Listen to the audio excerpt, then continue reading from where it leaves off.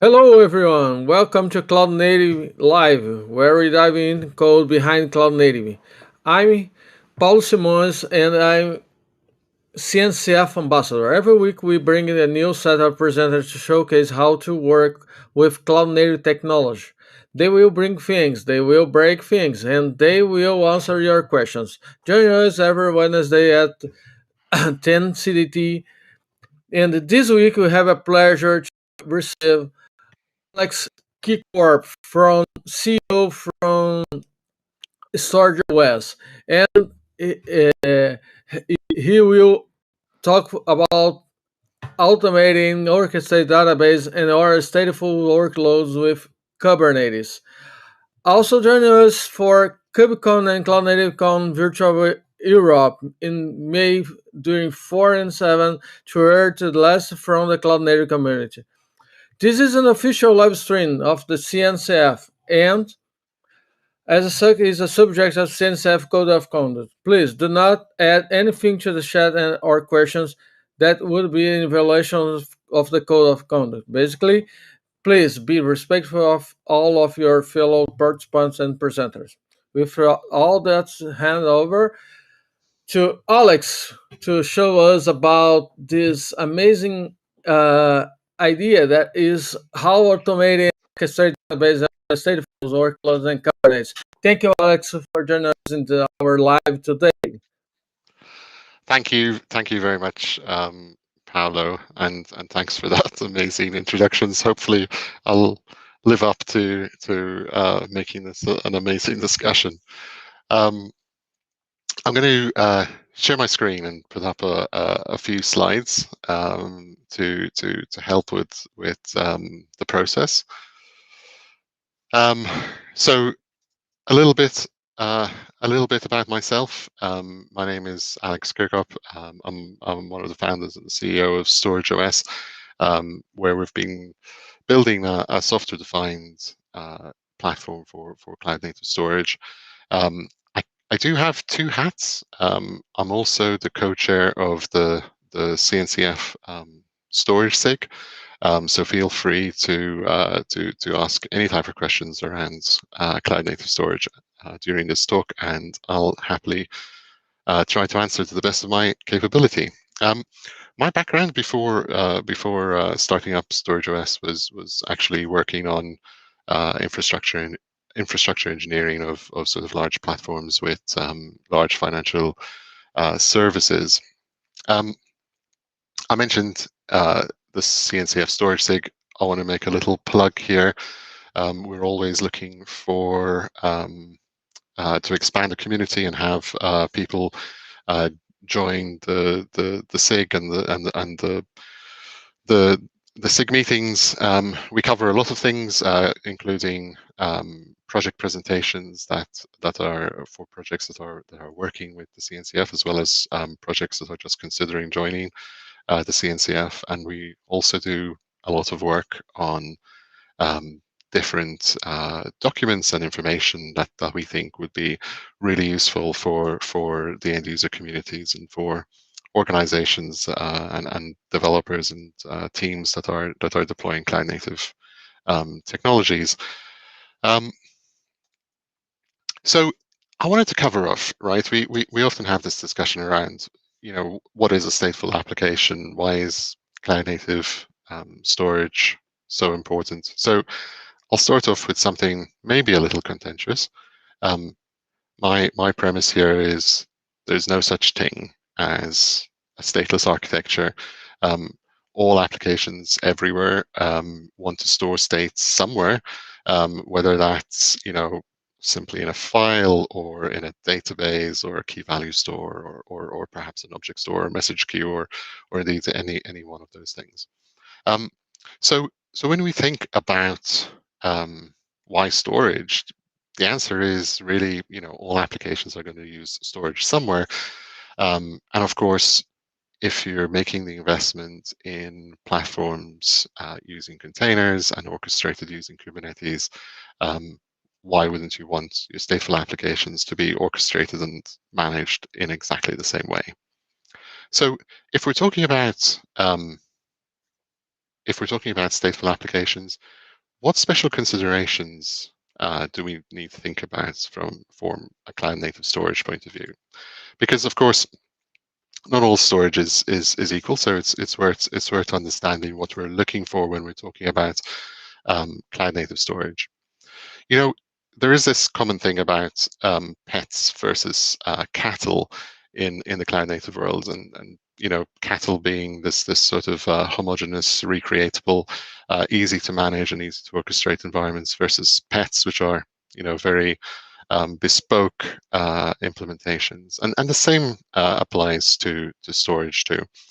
As much as possible, we want cloud native storage to be composable and declarative, in much the same way that you can specify which containers your applications uses and the amount of CPU and RAM and perhaps the network topology or the service mesh, etc., that your applications need. Developers should also be able to provide the ability to compose their storage environment. And of course, for that to be possible, the storage environment needs to be API driven and needs to integrate with the control plane or with CSI and Kubernetes, for example, to be able to provide that declarative interface. The other thing to consider is in cloud native environments, organizations, systems often have very scalable systems, which actually change a lot under the covers, right? So this could be because you're scaling clusters on demand. It could be because you're doing upgrades on demand. It could be because of failovers or availability reasons. But very often, we underestimate the complexity of ensuring that data follows an application. And why is this, right? Because for the longest time, storage has been typically presented or made available to a server. But now that your applications are containerized and they're portable and they can scale on demand, having the data that those applications use being tied to individual servers is potentially less useful. So we've coined this term application-centric storage because the storage needs to be tied to an application, needs to be able to move with an application as it moves within an environment. The other thing is platform agnostic, right? So what do we mean by this? Here I'm talking about using software options or perhaps services which allow you to use the same cloud native storage or the same declarative interface wherever you are, whether you're developing on a laptop environment or in on premise on big bare metal or cloud environments or whatever the mix is. You really want the cloud native environments to be the same in all of those environments, so that your development environment and your production environment can relate to each other and can work together. And finally, agile. And I do admit that this is incredibly cliche, but what do I mean by agile? Well, like I said, in cloud native environments, the rate of change is high. They are designed to scale on demand. They are designed to swap out nodes as part of upgrade processes, for example, and therefore the cloud native storage systems need to operate in those environments. And this is really important because at the end of the day, you don't want your storage to be managed by humans. You want the same automation that you're applying to your Kubernetes cluster and the Kubernetes world to apply to the storage environment too, and have that automation such that the storage is consistently available and also is performant under their rate of change, and can integrate with your orchestrated environment and provide the same protection via namespaces and RBAC and encryption, for example, that is key to deploying to deploying and securing data and applications in cloud environments. So when we looked at all of this in the CNCF SIG, we realized that there was this huge broad landscape that where storage is defined, and it covers lots of different things, everything from distributed storage systems to simple local systems to databases and key value stores and object stores and other things like that. So storage in the cloud native world is a particularly broad topic. In order to help people understand this, we created the storage white paper, which is now at version 2. And what we cover in this paper, and it's available at that link, is the different elements of how a storage system can be deployed. We cover some of the things around the attributes of a storage system, because it's more important than ever that developers can understand what their application needs and therefore what attributes of a storage system they're looking for. How the different layers in a storage system, in a storage solution, affect the different attributes, because what we often see is that storage systems in cloud native environments have any number of layers, and each of those can affect different aspects of say availability or scale. We talk about the data access interfaces in terms of the volumes and application APIs that are used by applications, and we also define the management interfaces, which are those APIs those APIs that are used by the orchestrator control plane. There was a question about pinging the link. I'm just trying to do that now and not being very successful.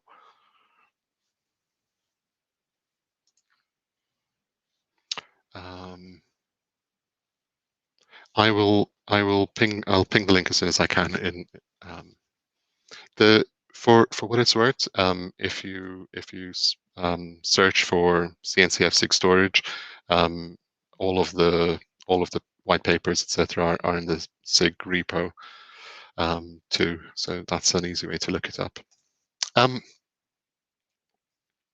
When we talk about how the cloud native storage is instantiated and deployed, there is obviously a number of different options. There are still a lot of traditional solutions which are deployed as hardware within a data center, but obviously that limits the portability and the availability of those environments in cloud environments. What I'm going to focus on mostly in this talk is the software elements and the cloud services, which allow the cloud native storage to be more platform agnostic, and in some cases, like in the case of StorageOS, for example, those software defined systems can also be deployed as a container and can be managed and automated by an orchestrator themselves. So we also talked about the different storage attributes, right? And when we sat down and we talked about this, we landed on sort of 5 key storage attributes, which are often used to determine which type of storage system you might want to use within the environment. Some of the key things are obviously things like availability and scalability, but very often performance is a key consideration too. And we mustn't forget things like consistency and durability. But what we found was that these different attributes could be measured across a number of different vectors. So, for example, the ability to failover and have applications access storage in different locations, being able to move data between nodes, and protecting the data against say failures was another factor. Similarly, scalability could be in terms of, say, the number of clients that can access the storage system, the number of operations that might be important, say, for a database where it's all about the transactions per second. But also scalability could be measured in throughput, where it's which could be really important if you're running workloads like analytics or something like Elasticsearch, for example, right?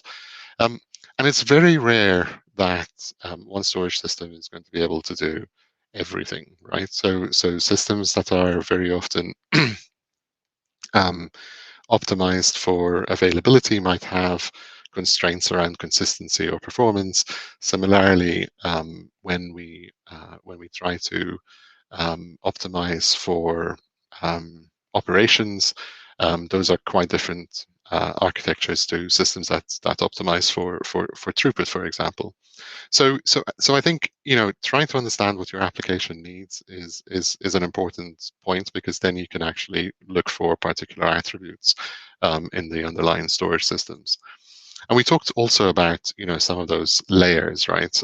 Because what we find is that there are so many different layers and abstractions that often happen within a storage system. Everything from the physical non-volatile layer where data is actually persisted at the end of the day, to the data services that run on top of that, like replications and snapshots, to the different technologies that are used to protect the data, like perhaps RAID or erasure coding or replicas.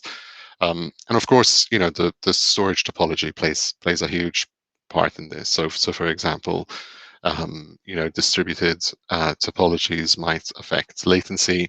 Sharding is often a tool that's used to allow workloads to scale better and to support large number of clients. And hyperconverged is very popular today because it allows compute and storage workloads to share the same environment. And of course, the orchestrate and the host and the operating system can have any number of different abstractions there. So, for example, if you're accessing a database, or you're accessing a service, you might have ingress controllers or load balancers in the path, and if you're accessing volumes, there might be volume managers and things like that in the path.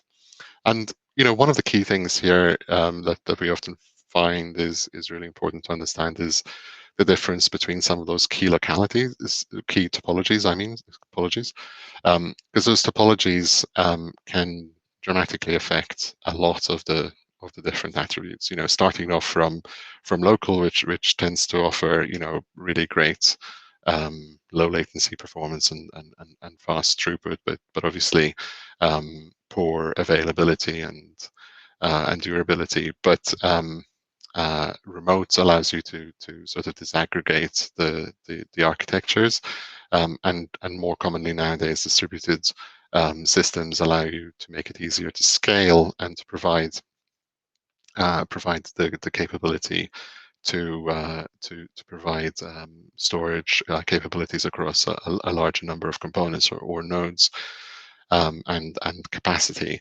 But obviously, there are complexities in providing distributed systems, and that was certainly one of the challenges which we came across when developing storage OS and our control plane with disaggregated consensus. So the when we talk about data access interfaces with workloads, the workloads can typically access storage through a volume, which is probably the more mature interface when it comes to orchestrators, or it can access storage through APIs when we're talking about, for example, say an object store, a key value store, or a database. One thing that, although a lot of the development thus far has been on putting in container orchestration around volumes, we are seeing now developments with the new CAP with the called COSI, which is talking about now creating abstraction layers for object stores as well. But ultimately, the data access interface also impacts a number of attributes within the system. But what's important is that we don't necessarily consider the different attributes purely on a data access interface. So for example, object stores typically have slightly higher latency than say a block volume in a file system, because object stores have a more distributed nature, and the API itself obviously adds overhead. But it's not always safe to assume that, say, a block or a file system volume will always have lower latency than an object store. In fact, there are any number of distributed storage volumes that could actually be built on top of object store backends, in which case, some of the attributes that volume would inherit are based on those backend object stores in terms of availability. So we tried in the white paper, we tried to put together a few comparisons between how the different access interfaces compare to each other. This is generally generally accepted attributes, but like I said, it doesn't always apply, because very often the layering means that different systems can be built on different underlying components. But typically, we see block interfaces are often the best for that low latency performance, and that could be important, say, for databases or message queues. File systems, especially offering shared capabilities, allow multiple pods to potentially share the same data sets at the same time. And of course, object stores and S3 interfaces are fairly well understood and are great at providing large capability and typically large throughput, but less well suited for low latency for individual objects. So that was the data access interface. And I'd like to just finish off with some of the orchestration and management interfaces. So typically, a storage system is split into two components: the control plane and the data plane. Workloads will be using the data interface to talk to the data plane component of the storage system, but the orchestrator will be running, interfacing with the control plane of that storage system, and this would be in order to dynamically provision resources, perhaps, and also to do things like, for example, attach resources or move resources to different nodes, or depending on where the workload moves at the time. The standard control plane interface for volumes within Kubernetes is CSI, the container storage interface. This is analogous to the CRI for runtime and CNI for networks, and effectively that provides an ability to create, attach, detach, perform snapshots, etc., from the underlying storage system. Some storage systems also have a variety of frameworks and tools, and that can also interface with the orchestrator. This could be systems. It could be an operator, for example, that allows the distribution or the deployment and the upgradability of a storage system within Kubernetes. It could also be additional services like admission controllers, which might help with, say, data locality within Kubernetes. So we talked a lot about the different options. Before we go into the next stage, I just wanted to say if there are any questions, please feel free to ask in the chat. I'm happy to stop and answer questions on the fly as I'm going along too. So don't feel like you have to wait until the end. So moving on, I wanted to sort of maybe talk a little bit more concretely about how storage is configured in Kubernetes specifically, and try and give a little bit of an example of how we can use that to automate and build out workloads, stateful workloads in Kubernetes. So the most important building block in a Kubernetes cluster when it comes to storage is in fact the storage class. So a storage class allows you to define a set of parameters that will interface with a driver that is used within the control plane of that storage system. So effectively, the storage class is the standard interface that defines a name of the storage system and how to access that storage system. A developer can then raise a claim. This is called a persistent volume claim, or a PVC, out of the storage class. And Kubernetes will then, using the CSI driver that's defined in that storage class typically, will dynamically provision a PV, or a persistent volume, out of the storage class. And then that persistent volume can actually then be accessed through any pod or any stateful workload. And it becomes a piece of portable storage that can move around with the pod, right? So the idea is that by dynamically provisioning the claim and giving the claim a name, which is then referenced within the pod, you have a standard building block for how to link storage into the applications. So I want to give you a little example of what this looks like in real life. Show me the animal, as they say. So this is an example of a storage class. It's an example for the StorageOS storage class. Effectively, all we're saying here is that we create a storage class called StorageOS. We give it a name.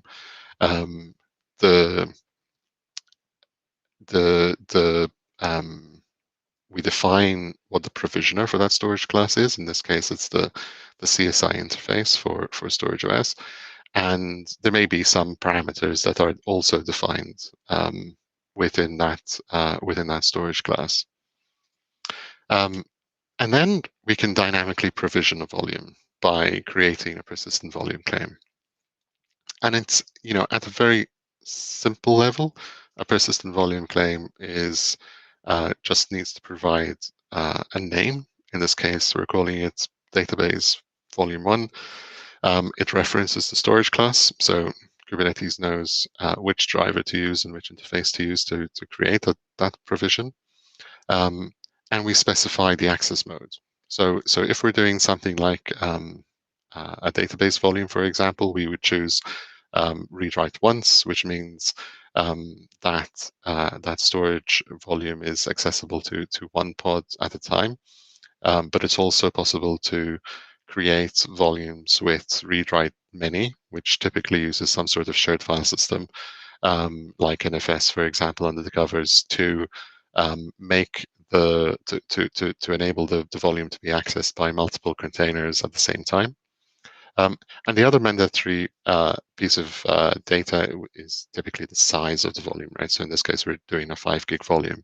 Now, it's possible to define different attributes for different systems in the storage class or in the persistent volume claim. So very often it will be possible to define parameters like replication or compression or encryption or other data services, for example, which can be applied either at a storage class level or at a individual volume, depending on the underlying storage system. In the case of storage OS, you can create different classes with different classes of data services, and then and you can also create granular individual settings for specific volumes.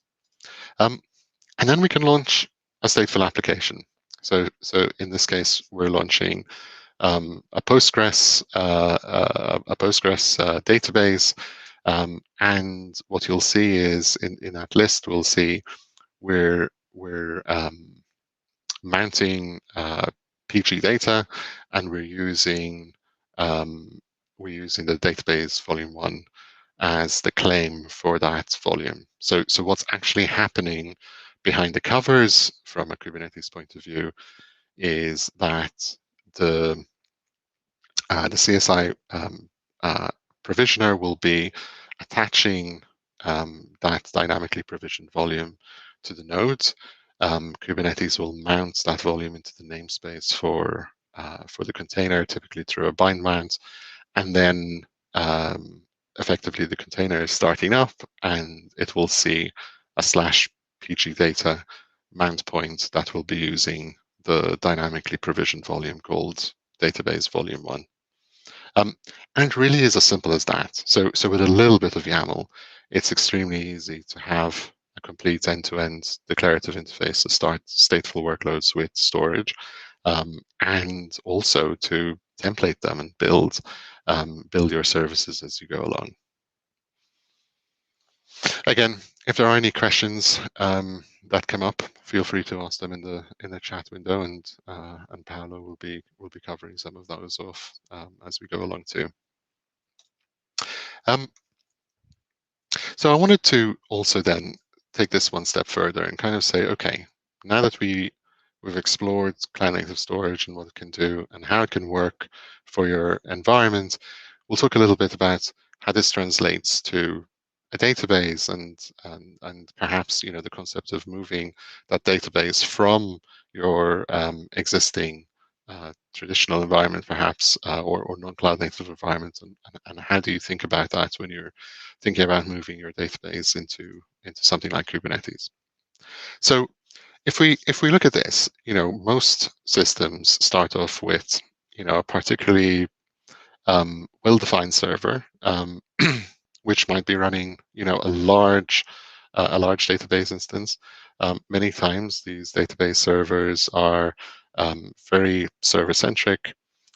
It's based on a scale-up approach where the server might have a number of database instances or a number of databases within a single instance running on that node. And ultimately, it is problematic every time a new database is required, whether it's for development or testing, or if databases are required as the application expands. It can be problematic and often risky to make changes to your database server instance. So let's see what this looks like if we apply some of these cloud native principles to the concept. So we start off with a Kubernetes cluster. We have the developer edition of Storage OS on top, which actually virtualizes the storage and provides that scale-out distributed storage for the applications, and provides those plugins for CSI to allow Kubernetes to dynamically provision volumes on demand across a storage pool that's aggregated across all of the nodes in the cluster. And what we see is that we can create a database, and we can also then, rather than have one big database instance, we can move individual instances as separate pods within the cluster, which can now be spread out. So rather than have rather than have one big database instance where your failure domain and everything else is based on a scale-up architecture, you now have a distributed architecture where it's easier to make changes or to tune or to scale individual databases or database instances within your environment. And of course, it can be extremely easy to scale this up. Every time, if a developer needs a test database, or indeed you need to fire up a database as part of a CI/CD process, the whole thing can be done dynamically on the fly. And in fact, we have a number of organizations using StorageOS running this sort of environment where they're creating and destroying tens of thousands of database instances and volumes every single day on a CI/CD basis. And here's the other thing, right? We talked about the different attributes that cloud native storage can provide. So if your underlying storage system like StorageOS is providing that high availability for your database, you now also have an automatic failover. And typically the way this works is, right, because we talked about not just availability, but consistency.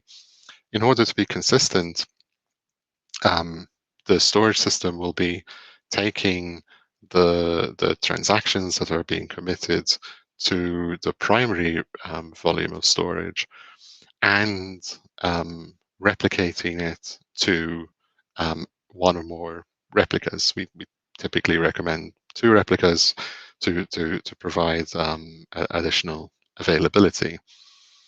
And once the replicas then acknowledge that the replica has been done, that data is then acknowledged to the database, and we call this strong consistency. So it's the difference between strong consistency and eventual consistency is about whether you can be sure that if there is some interruption in the flow or interruption in the system, that all the transactions are always committed to the replicas, and B, that when the database actually queries the disk, it's definitely going to see the transaction that was last committed, and there's no delay between the two.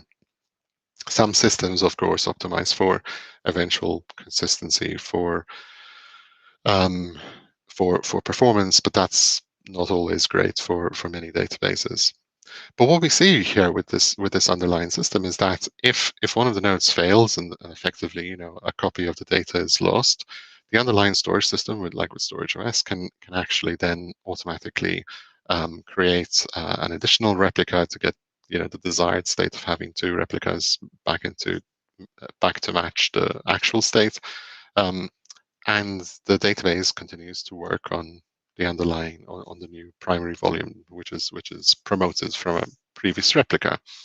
And what we see here is effectively an easy way to provide to tie storage availability to application availability. Here we see a database that can transparently now fail over between different nodes and continue to access the data anywhere in this environment. So in conclusion, one of the things I'd like to just sort of focus on is cover off a little bit about how we see many organizations take this journey to cloud native and stateful applications, right? And most of the time we see organizations start up with building out containers and moving their applications to containers. And what that means is that now it lends itself to being orchestrated. And of course, Kubernetes is that, or is the de facto orchestrator. But in my view, the biggest superpower of Kubernetes is the fact that everything becomes composable and declarative, right? So a developer can specify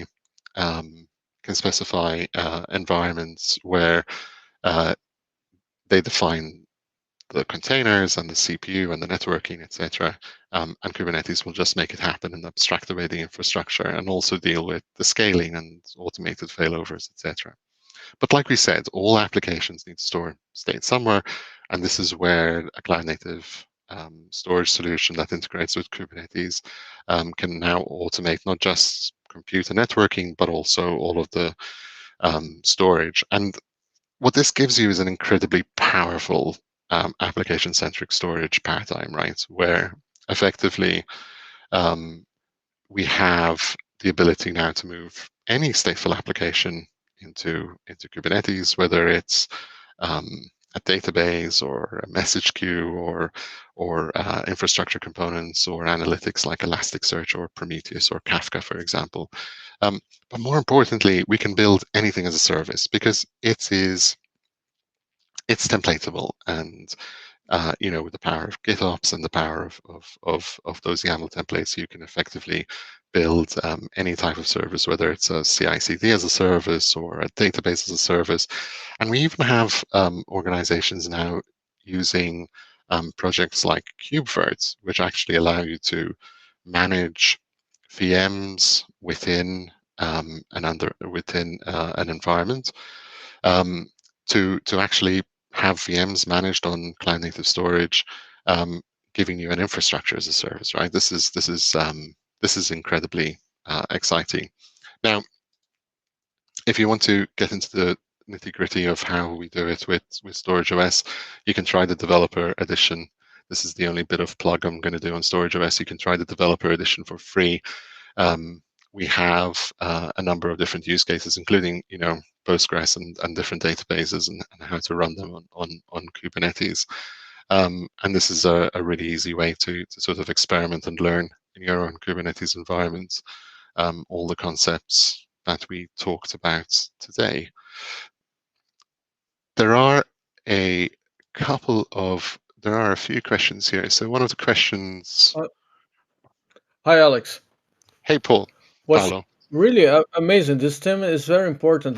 From the perspective of resilience, we have the concerns about how to have an application and how this application, the part of data, and not only data in transit but data in rest, is resilient. It's so much important to focus on how you will store your data. So it's amazing theme, and we can discuss about that and how what's the best practice for this for a day long.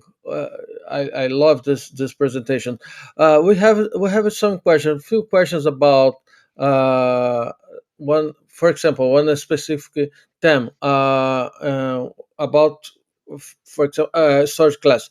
The question is how can be is specific to local DC, for example, VMware hosted NFVI. It's possible to be specific for this kind of VMware feature or company where no.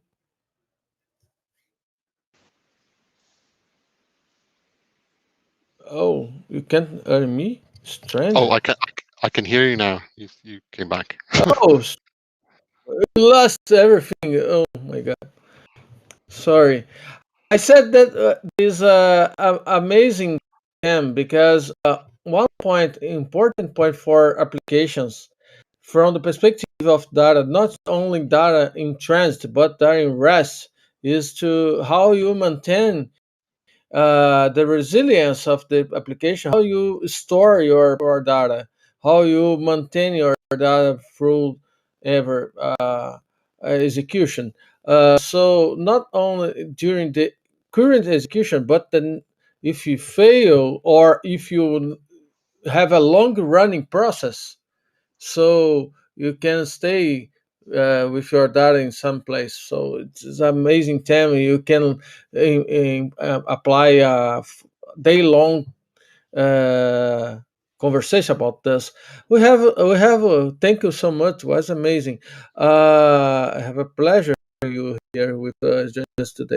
We have a question about if it's possible to configure this kind of feature, like I think, or storage class to a specific implementation in a specific DC, like VMware NFVI components. It's possible to drive for a specific implementation like this. Absolutely. So it, it's possible. There are CSI is a general driver that allows Kubernetes to abstract out to any number of different storage systems, and they could be traditional storage systems, like a hardware array in an on-prem data center, but it could also be software solutions like Storage OS. So effectively, you can use that in VMware. If you're using these sort of storage solutions which are based on software, you can use it in VMware, you can use it on bare metal, you can use it in cloud instances, because typically they'll apply everywhere. And it's not just Storage OS, but even there are CNCF projects like Rook, for example, that provide similar sort of things too. Grady. So it's we have many opportunities to use anything where in the cloud or not, cloud, public cloud or private cloud, because we have this capability to adapt for with drivers. Amazing. We have another question. Is about what you be recommended for Kubernetes? Two-time DB replica cluster, for example, Galera, or replicating single DB at storage layer? Um, it's not a Depends. simple. Right. It's not a straightforward answer. It does depend. There are different pros and cons, right? Um, doing doing replication at the database layer, or even sharding at the database layer is certainly a very common architectural pattern, and it works to a certain extent. The downsides to doing, say, replication with something like Galera is that, of course, you have to use 3 times the amount of compute, for example, if you have a primary and a couple of replicas, or a couple of secondaries. Um, so if you do replication at a storage level, you can potentially save some of those compute resources.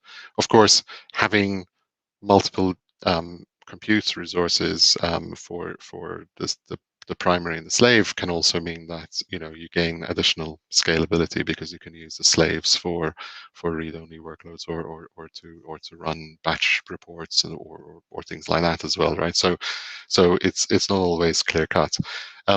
The other thing is, it doesn't have to be an either or solution, right? You can use storage level replication as well as database level replication, because database level replication can give you the scale that you might need, and that doesn't just apply to things like Galera, but Cassandra, Mongo, and Vitess, and Cockroach DB, etc., are all defined on that same type of architecture. But then on the underlying storage can also become a challenge when you have a recovery scenario. So imagine you have a distributed database and you lose one of the nodes. Well, it's obviously possible to start up another node and let the database replicate into the data into the new node. But what you'll probably find is that that replication process might degrade the performance of the overall database for a period of time. Whereas if you also had um, replicated storage, you might find that the recovery process is much faster, and you don't get that degraded performance during the recovery process.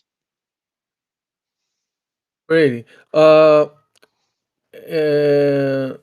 we have another question about how to manage all across multiple DC across multiple region cloud. Right. So uh, that, that is a fairly interesting question. So what we can see is you know how I mentioned that a storage system will have a control plane and a data plane in a distributed storage system that's handling replicas, you know, like storage OS, for example. What we can find is that the control plane in the storage system can automatically place replicas across availability zones in a cloud provider, for example, and thereby um, provide additional protection against an individual availability zone or failure domain from taking out all of the replicas. So replica placement is one of the functions. Um, the other function, though, that we need to consider is the challenges around latency, right? So if you are doing replication across large distances, then you have to make a consideration around consistency.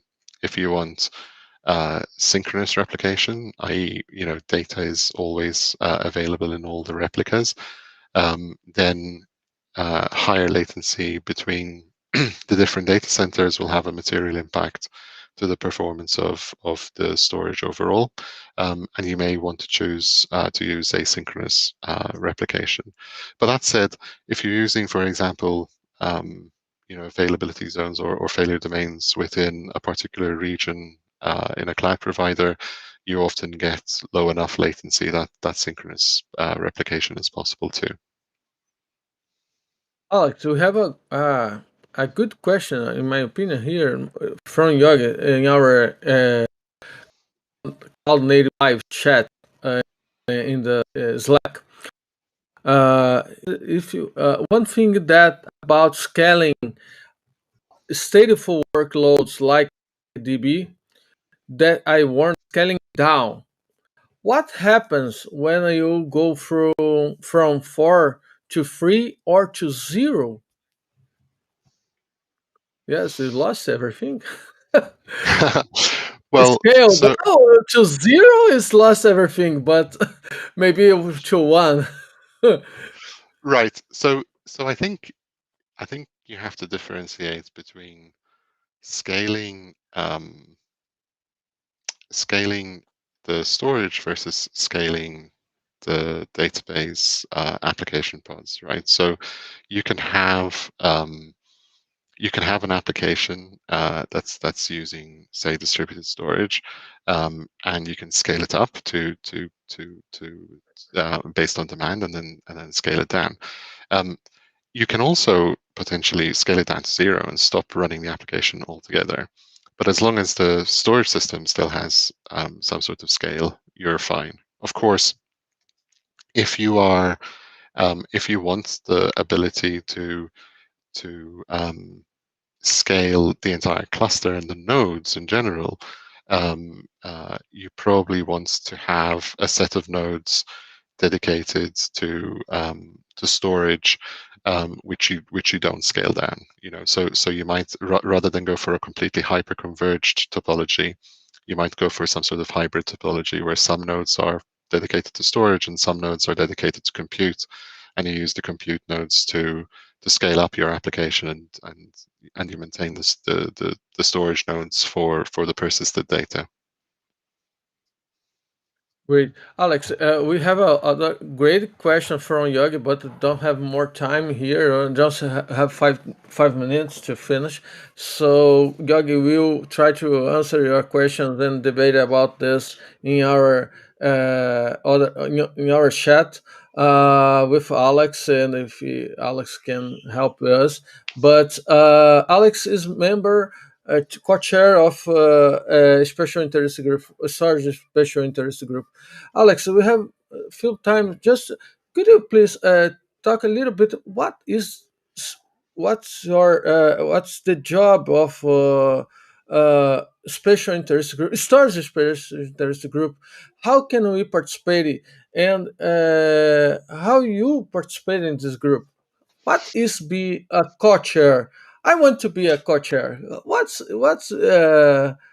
is work for CNCF special interest group? Right. Let me. There you go. Um, so so the SIG is it's an open community. Um, we have calls twice a month on the second and the fourth. All the calls are open and all the calls are recorded, and you can also watch the recordings on YouTube. Um, the SIG does a number of different roles. We uh, we we effectively work with the TOC to provide them with storage expertise and storage advisory. So, for example, we help the TOC when they're looking at projects that are joining the CNCF. We help them evaluate and do the due diligence for those projects, whether it's at incubation or graduation, for example.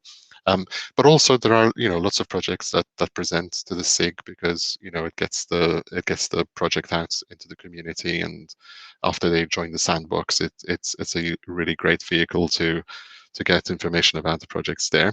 Um, the other thing that we do is we provide educational services for end users effectively in the CNCF community. So things like the CNCF storage white paper that I just talked about today, but we also have a performance and benchmarking white paper that we're about to launch, and cloud native disaster recovery white paper that we're working on.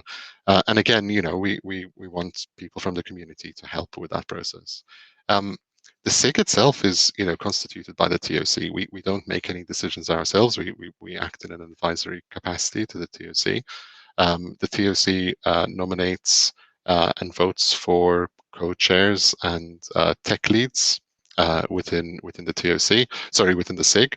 And typically it's people who are active in the community and trying to help out. So, the easiest thing to do if you want to have an active role in the SIG is to join the community calls, help with the documents that we're creating, and help with product reviews, and that obviously would get you nominated and allow you to have a more active role. Oh, great. Uh, Alex, just to finish my last question about the storage special interest group. We have many guys there with specialized in storage and how lead with workloads that need to, of course, storage data, etc. So, if someone has a question or the doubt about this concern, it's a good place to reach the channel from SIG Storage to chat about and maybe get some help because we know that the group has other many work to do, but uh, when you have a doubt, you should have a place to put this doubt and try to get help. It's a good place there. Absolutely. So I'd recommend people who are interested to join the mailing list, and we're also on the CNCF Slack. If you have a project or you have a technical query or something that you think would be useful to the community and it needs to be discussed, we can add it as an agenda item. But if you mail the mailing list or sort of ask a question in the Slack channel, there will typically be somebody who can help with that too. Amazing. Thank you, Alex. Thanks so much. It was amazing to have you today.